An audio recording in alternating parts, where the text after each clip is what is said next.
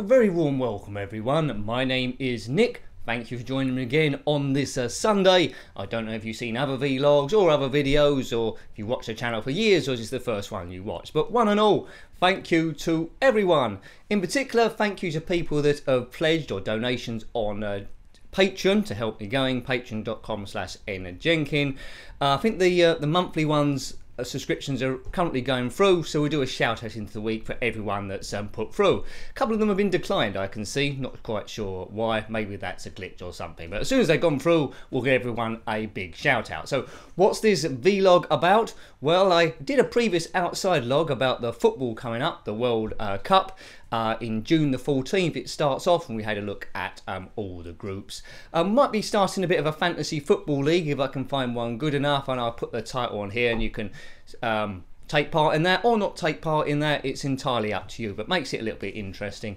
Over the football period as well, hopefully I'll put up some football vids of games, ones we've probably already covered, or we might try and include a few new ones because there's a lot there and getting the old football vibe. But don't worry if you're not into football whatsoever, because there'll be plenty of other stuff going up on the channel, hopefully, where it's still non-football related and you can look at the games like Spectrum, Commodore Amiga and Commodore 64. This channel is on a 1-month trial at the moment. I'll try and keep it going to this sort of level, but it's going to be tricky getting work as well, because whether Patreon has gone up and the ad revenue because of more videos on the channel has gone up, it's not really, unfortunately at this page, a level where we can do it full time. But anyway, still got streaming in the back burner.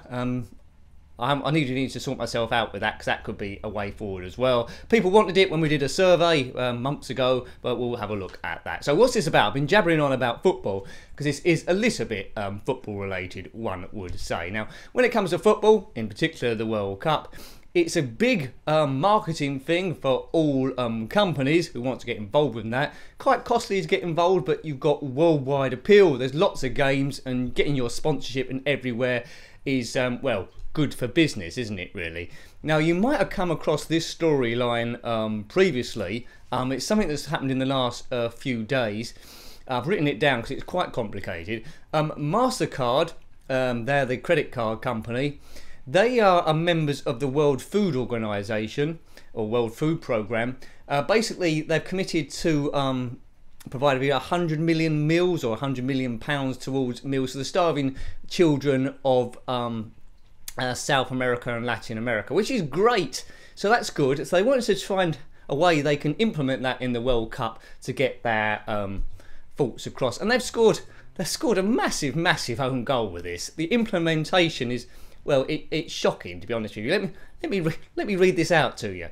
Now, Mastercard have promised to donate 10,000 meals to starving children every time the two footballers, Lionel Messi and Neymar, so it's Lionel Messi of Argentina and Neymar of Brazil, score a goal. Well, on the face of it, that seems quite brilliant, but would you want the fate of if someone gets a meal or not on a football game, some players scoring a goal? I'm not quite sure about that.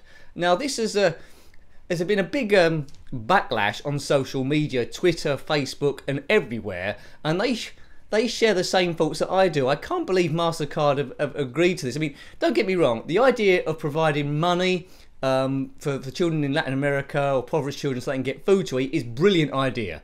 They've obviously put aside a level of money to be able to do this, but implementing it based on goalkeepers, well, strikers scoring goals. I mean, what's gonna essentially happen if Neymar's got a penalty, right, and you're the goalkeeper?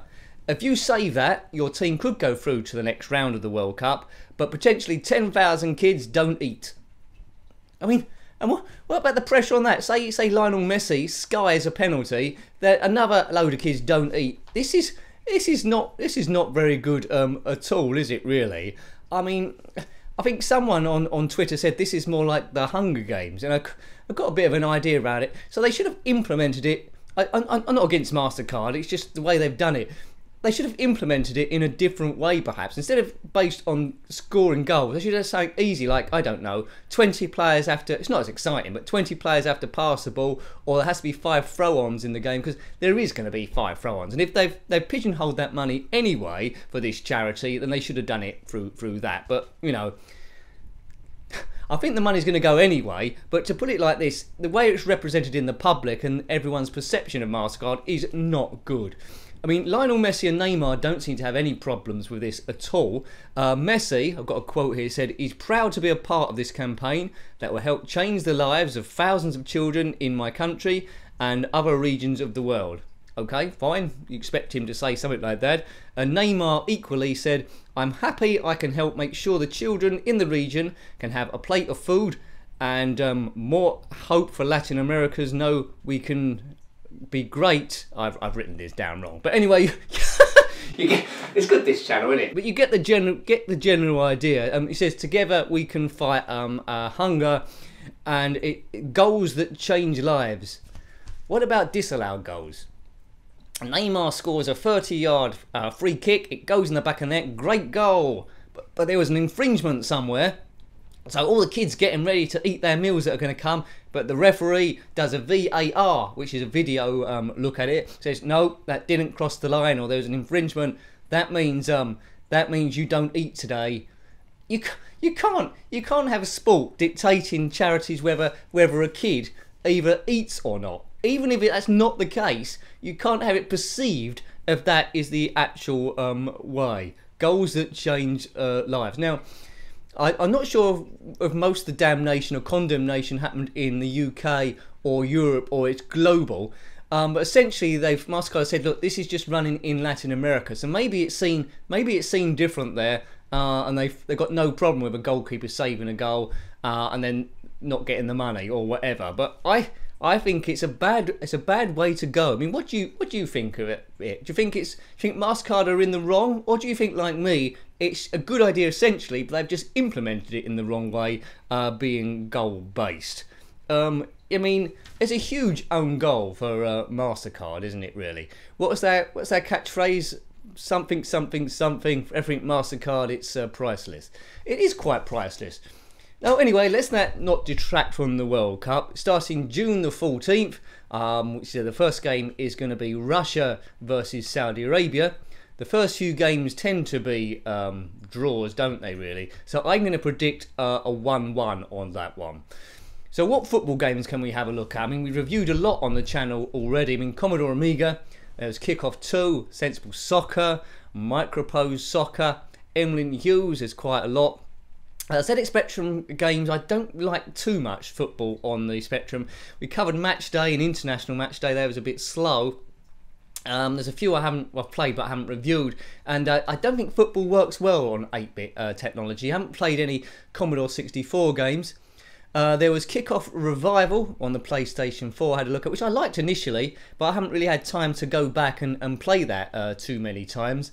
And of course I got FIFA 17 on the PlayStation 4. Now I think they're making a World Cup version, aren't they? They do tend to. I don't own that, but yes.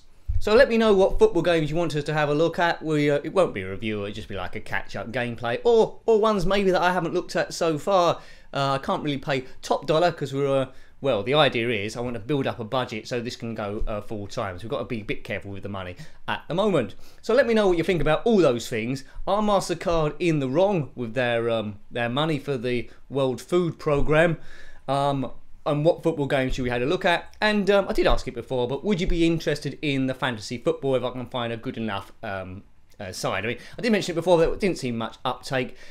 It wouldn't be very good of me starting a league, putting time to league and commenting on the league if there's only like 3 teams in it, because it wouldn't show much interest. So thanks again, enjoy the rest of your Sunday and have a great week. Until next time, take great care of yourself and a very fond goodbye. Goodbye.